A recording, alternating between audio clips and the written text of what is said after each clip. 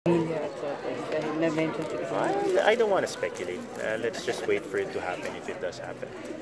Pero kung sasagutin mo sila Again, I don't want to speculate. How do you prepare for the role, Atom? Is it your first time to do this yung movie and then? Yeah, it's my first time to act in a movie, especially for for something as challenging for me. It's challenging as this movie. How did I prepare for it? Best preparation was being part of the team that put together the story. So I had a clear idea of who Jake was, so I can reach into my own personal experiences to see how I can portray the role competently. Yeah, hindi ka ba nahirapan makipagbatuhan ng dialogue to magagaling na actors like sila Cherie, sila Nahirapan. How do you handle it yung ganun? You asked ba, you prepare for na tanungin sila, how can I do this, parang ganyan. It's hard for me to answer questions related to acting kasi I just basically was on survival mode day to day. But basic things include knowing your character, being prepared when you come to the set, memorizing your roles, memorizing your lines, rehearsing with your co-actors, being comfortable with them and asking them, parang asking for help if it's necessary. And just in the end, I think the most important way of portraying the role competently is just being confident. Kasi parang if you let your nerves show, parang yun yung the end of it. Hindi ka ba nagdalawang isip na tanggapin yung role? Nagdalawang isip. And then, ano yung nag-encourage sa'yo to do this? Yung magkaroon ng pagkakataon na maging bahagi ng ganitong klaseng pelikula. Kung magiging successful ba to, ipupush through mo yung pagiging actor mo? Kasi parang nakita namin, you're good on acting, parang ganyan. I don't know. I don't think so.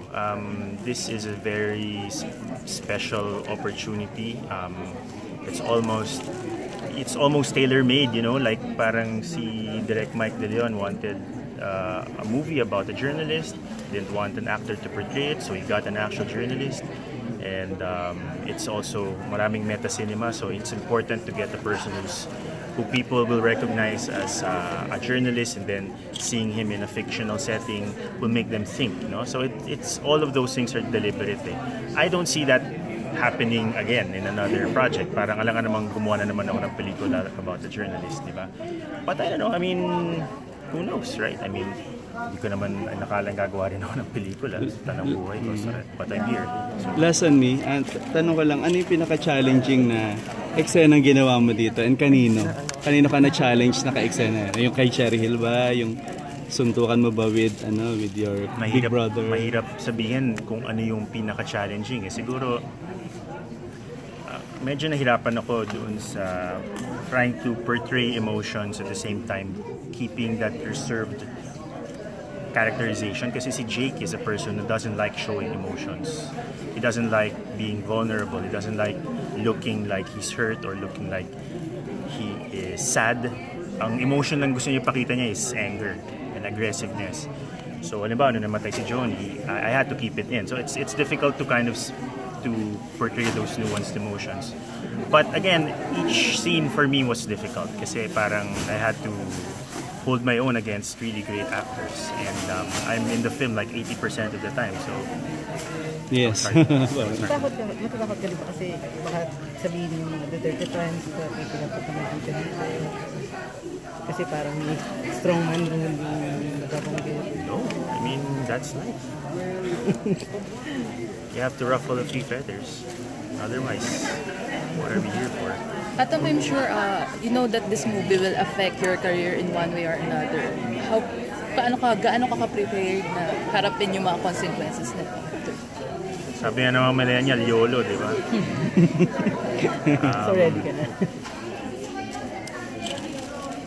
Look, anyone who was put in this position to work in a film with Mike De Leon, to portray a journalist in a film that is politically relevant, socially relevant, I think if I refused, I would have been a fool.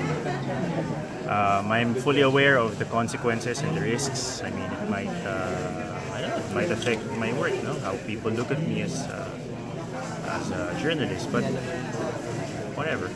Kanina, sinasabi nila Sir Tere na kung hindi ngayon, kailan pa, ganyan-ganyan, na we have to fight now.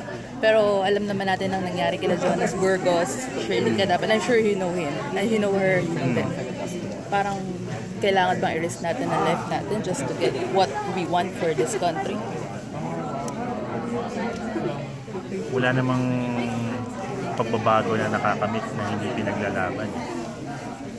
I don't want anyone to die, but that's not our choice sometimes, right?